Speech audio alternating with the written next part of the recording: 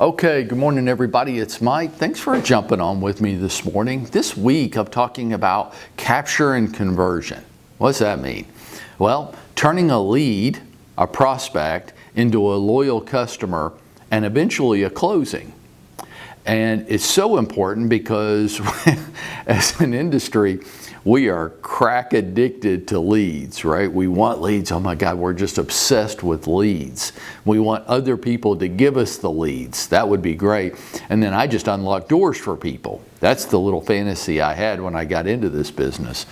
Okay, I'm going to play in the fantasy with you a little bit. And yesterday we talked about one of the key concepts to capture and conversion, turning a lead into a closing, and that was speed. Speed kills. But there's a problem with speed, right? It assumes that you're available 24/7. And what I hope you heard from me yesterday was a strategy to make yourself available 24/7 without actually being available. I mean, we all have lives and we're all searching for balance in our lives, and we work not just to bury money in the backyard, but hopefully to create a lifestyle for ourselves and our family that we wish for, right? So if I'm working 24/7 and responding to leads all the time, then how's that a lifestyle? It's not. So yesterday we talked about coming up with a coverage buddy system like doctors and lawyers do so that you're not on call all the time. You have a coverage buddy, you cover for them, they cover for you. Sometimes you're on call, sometimes you're not on call. And that allows you to be freed up. Because what is not okay is to say that I want to be on call all the time, and then I'll decide when I'm going to respond and when I'm not. I'm just away from my business today. Hey, that's not cool. That's not professional. Have a coverage buddy so when you are away from your business for a day, your business is still handled.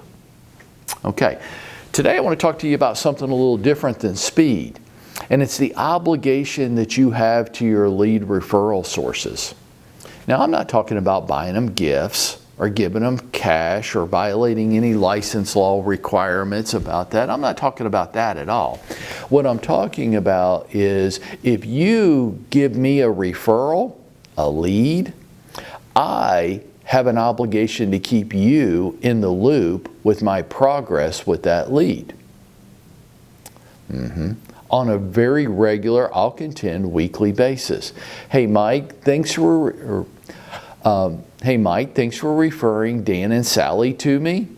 So far in the past week, we've looked at 5 homes.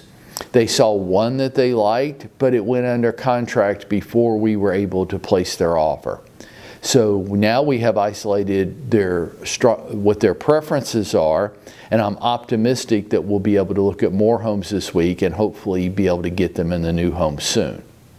I have an obligation to provide an update like that to my referral sources every week, whether they ask for it or whether they act like they want it or not. And that's how I honor them. If somebody was generous enough to trust you with a referral, the way you honor that is you keep them updated weekly with the status of that referral. To not do that is to dishonor that referral that was sent to you. They trusted you. They might have a relationship with those people.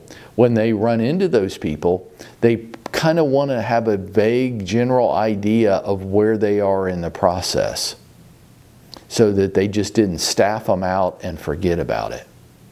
Does that make sense? So many times I know I can find myself falling into this trap. Let me share it with you, see if you fall into the same trap as well. Hey, thanks for the referral. Now you know I'm competent, so you just trust me I'm going to handle this right. Oh, come on.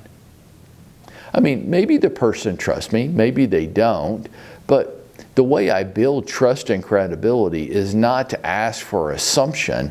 You just assume that I'm going to do a great job with Dan and Sally.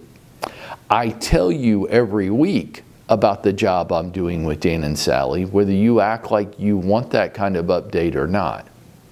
And that builds the credibility and respect. To just assume that it should be there, why would I assume that? What about our industry? Should anybody just assume that we're doing a good job?